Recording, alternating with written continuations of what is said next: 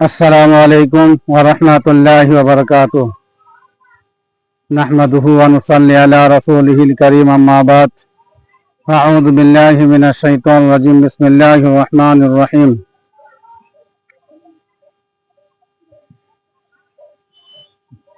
ভাই, আজকে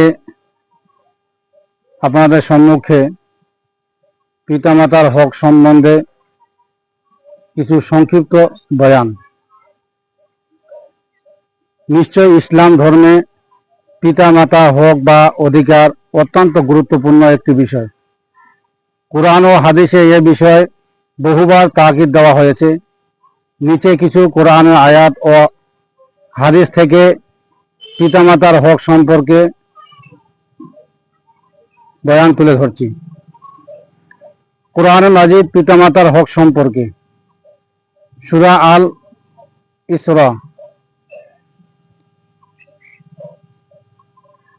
আর তোমরা প্রতিপালকের নির্দেশ দিয়েছেন যে তাকে ছাড়া অন্য কারো ইবাদত করো না এবং পিতামাতার সাথে সদ্ব্যবহার করো।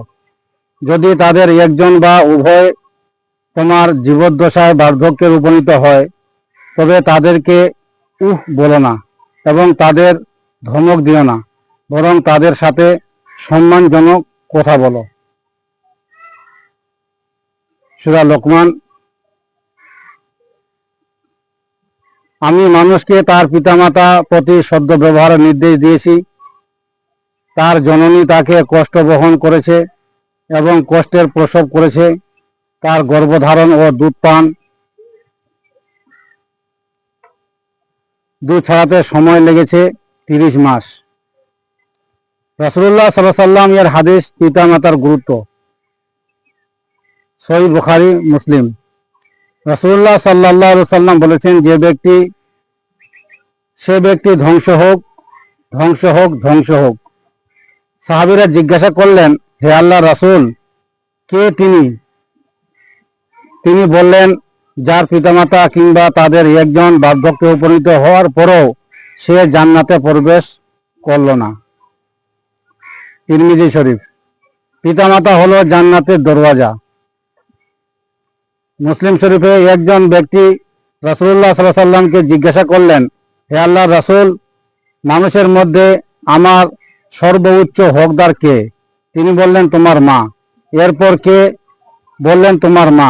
এরপর কে? বললেন, তোমার মা। এরপরে কে? বললেন, তোমার বাবা। পিতামাতা প্রতি কর্তব্য বিনয় ও নম্র ব্যবহার করা, দোয়া করা, হে আমার প্রতিপালক, তাদেরকে রহম করুন যেমন তারা শৈশবে আমাকে লালন পালন করেছে। সূরা আল ইসরা। তাদের সেবা করা, তাদের জন্য সাদকায়ে জারিয়া করা যদি তারা ইন্তেকাল করে যান, তাদের অবাধ্য না হওয়া। তাই আল্লাহ তাবারক ওয়া তাআলা আমাদেরকে সঠিকভাবে পিতামাতার হক আদায় করার তৌফিক দান করুক। এবং হুজুর পাক সাল্লাল্লাহু আলাইহি ওয়াসাল্লাম বলেছেন, ওই ব্যক্তি ধ্বংস হোক যে নিজের পিতামাতা পেল কিন্তু তাকে আদর যত্ন করে তাদের সেবা করে সে জান্নাত হাসিল করতে পারল না, সে ধ্বংসপ্রাপ্ত হোক। তো ভাই, হুজুর পাক সাল্লাল্লাহু আলাইহি ওয়াসাল্লাম হযরত জিবরাইল আমিন বললেন আমিন। তো হুজুর পাক সাল্লাল্লাহু আলাইহি ওয়াসাল্লামের বদদোয়া যথেষ্ট ছিল, কিন্তু হযরত জিবরাইল আলাইহিস সালাম আমিন বলায় তার গুরুত্ব আরো বাড়িয়ে দিল। তো আল্লাহ তাবারক ওয়া তাআলা